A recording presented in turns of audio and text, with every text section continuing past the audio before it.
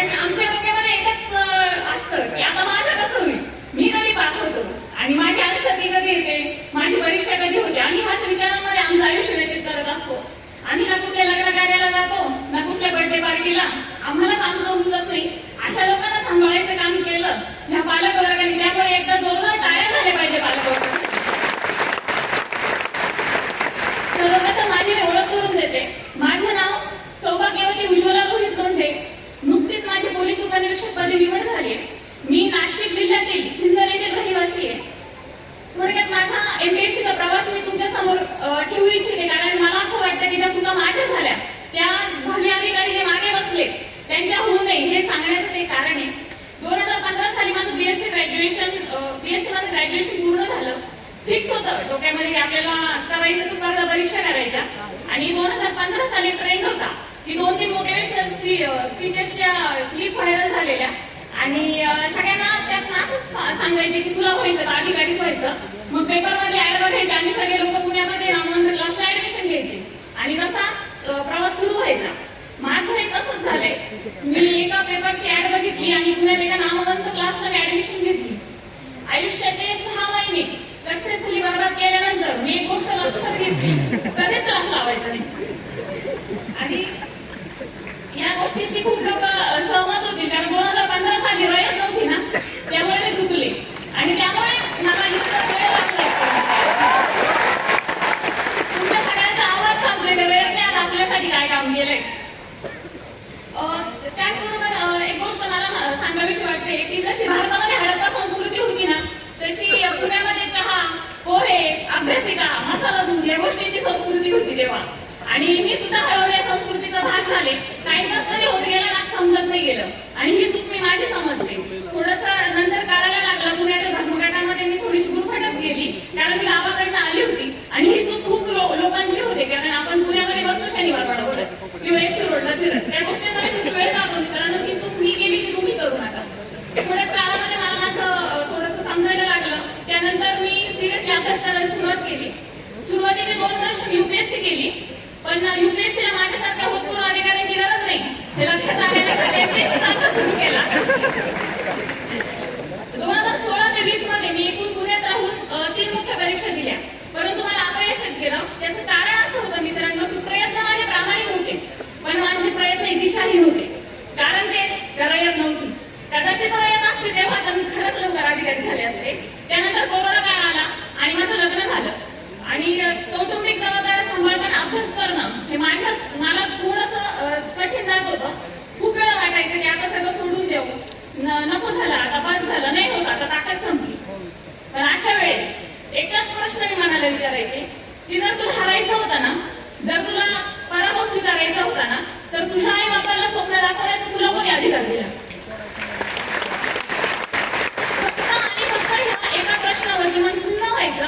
मागचा गेलेला सगळा संघर्ष आठवायचा, झालेला वेळोवेळी अपमान आठवायचा आणि पुन्हा नव्याने पेटून उठायचे, पुन्हा अभ्यास करायचे. ही गोष्ट आणि माझं गुरुमंत्र आहे मित्रांनो की आपल्यापेक्षा कुठलाच प्रॉब्लेमला मोठा नाही होऊन द्यायचा आयुष्यात कधी, तो इतकाच ठेवायचा. आपल्या मुलीपेक्षा तो इतकाच राहिला पाहिजे. आणि ह्या गोष्टीमुळे मी स्पर्धा परीक्षा क्षेत्रामध्ये टिकून राहिले. खरं तर लग्नानंतर मी 3 मुख्य परीक्षा दिल्या. खूप वेळा हातभार व्हायचा, असं वाटायचं एमपीएससी सोडून द्यावी. पण जेव्हा विचार केला ना एमपीएससी सोडून द्यायची, तर तेव्हा एक गोष्ट मी एक्सपिरियन्स केली की एक वेळ दारू सुटेल पण एमपीएससी सुटत नाही.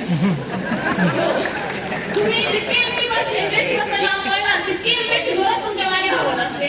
त्यामुळे मी ठरवलं होतं की इथून आता काहीतरी घेऊनच जायचं. 2021 ची क्लबची माझ्या हातातून पोस्ट गेली तेव्हा मी खूप निराश झाली होती. आणि तेव्हा माझ्या मिस्टरांनी मला आधार दिला. ते मला एकच गोष्ट बोलले की तुझा हात आहे ना म्हणे कीबोर्ड वाजवायला तयार झालाय, तो बंदुकीचा ट्रिगर लावायला तयार झालाय. आणि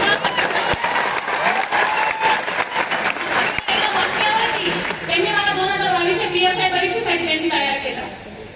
2022 ची पीएसआय ची परीक्षा ही माझ्या अस्तित्वासाठी खूप महत्वाची होती.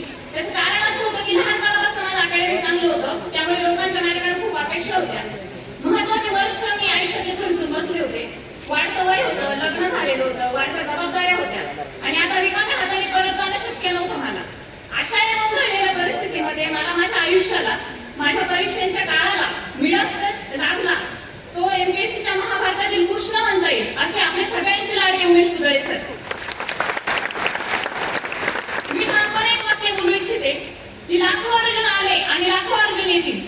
पण कृष्ण हा एकच होता, तो काय एकच राहील. एकच जोरदार काय झाले पाहिजे आपल्या सणाच्या कृष्णाची उपमा देण्याचं एकच कारण आहे, ते म्हणजे आपल्या मार्गावर विद्यार्थी जवळ नाही करत. ते अतिशय शून्यापासून विद्यार्थी वर शिखरापर्यंत घेऊन जातात. ही गोष्ट मला फक्त वयामध्ये दिसली, कारण आले मला काय अनुभव. ते सर सगळ्यांना समान न्याय देतात. तुमच्या यशामध्ये कुठला अडथळा येतोय सर तुम्हाला वरखडपणे सांगतात. वेळ आली तर का नाही गरम करतात, तीही तयारी ठेवा तुम्ही. आणि हे सगळं रयतमध्येच होतं. त्याचं कारण असं आहे की रयतमध्ये विद्यार्थी ही टॉप प्रायोरिटीला ठेवलं जात आहे. आणि माझ्या तरी बघण्यात पैशाअभावी परत गेलेला विद्यार्थी मी रयतमधून गेलेला बघितला नाही. ही गोष्ट मला खूप भावते, ती गोष्ट मला रयतला बोलून ठेवते. मित्रांनो, 1 रुपयामध्ये बॅच घ्यायला, फ्री मध्ये मॉक घ्यायला आणि फ्री मध्ये मुलांचं काउन्सिलिंग करायला रक्तामध्ये कर्मवीरांचंच रक्त लागतं. आणि ही फक्त टप्प्यांमध्ये मला उदय सरांचा खूप सपोर्ट लागला. पीएस म्हणजे ग्राउंडच्या वेळेस सुद्धा सर मला टार्गेट द्यायचे, मॅडम आता एवढे मार्क झाले, आता पुढचे 10 वाढले पाहिजे, आणखी पुढचे 10 वाढले पाहिजे. अशी 76 मार्कावरती सरांनी मला नेऊन ठेवलं. माझं ग्राउंड क्लिअर करून घेतलं. त्यानंतर इंटरव्ह्यूची सरांनी माझी पूर्ण भीती काढली आणि मला 25 मार्क आज सरांमुळेच लागली. ही गोष्ट मी अभिमानाने सगळ्यांसमोर सांगते. रिसेंटली सरांचा एक रील व्हायरल झालेला, त्याचा उल्लेख आता झाला की अंगावरच्या हळदीपेक्षा अंगावरचा गुलाब हा जास्त उठून दिसतो. पण माझ्या बाबतीत मी थोडंसं वाक्य मॉडिफाय करू इच्छिते सर, की हळदीच्या बॅकग्राऊंडने माझ्या गुलाब हा जास्त उठून दिसला. म्हणजे मला लग्नानंतर पोस्ट मिळाली. ते काही रडगाणं असतं ना मुलींचं, आता माझं लग्न झालं, घरातल्यांनी लावून दिलं असेल किंवा यांच्या मनाने झालं असेल, आता मी संपले, आता मी काही नाही करू शकत. तर त्याला तलाटणी देण्यासाठी तुम्ही जबाबदार राहणार आहे. कारण आयुष्य म्हणजे चॉईसेसनी बनतं आपल्या. तुम्ही काय करता हे जास्त महत्वाचं. त्यामुळे रडणारा सोडून द्यायचं. लग्न म्हणजे आयुष्याचं वाटोळं होणं नसतं, तर अजून जास्त माणसं तुमच्यावर प्रेम करणार, तुमच्या आयुष्यात आलेले असतात आणि त्यांची ऊर्जा घेऊन पुढे जायचं असतं.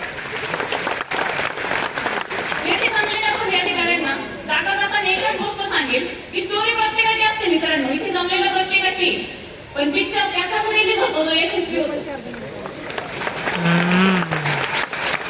त्यामुळे आधी प्रचंड कष्ट करा. आपल्या आई वडिलांना आपल्या नावाने ओळखलं जावं या गोष्टीची तरतूद करून ठेवा. पुढील यश तुमचंच आहे. तुमच्याही डोक्यावर फिरायचा मानाचा फेटा येवो ही तुम्हाला सगळ्यांना मी सदिच्छा देते. तसेच माझ्या संपूर्ण प्रवासामध्ये मला माझ्या कुटुंबियांची म्हणजे माझे आई वडील, माझा भाऊ, माझे सासू सासरे, माझे पती, माझ्या काही मैत्रिणी, सगळ्यांची मला साथ लाभली. माझ्या गुरूंची मला साथ लाभली. मी माझे हे PSI उपनिरीक्षक पद मी त्यांच्या चरणी मी अर्पण करते. तुम्हाला सगळ्यांची रजा घेते. जय हिंद, वंदे मातरम.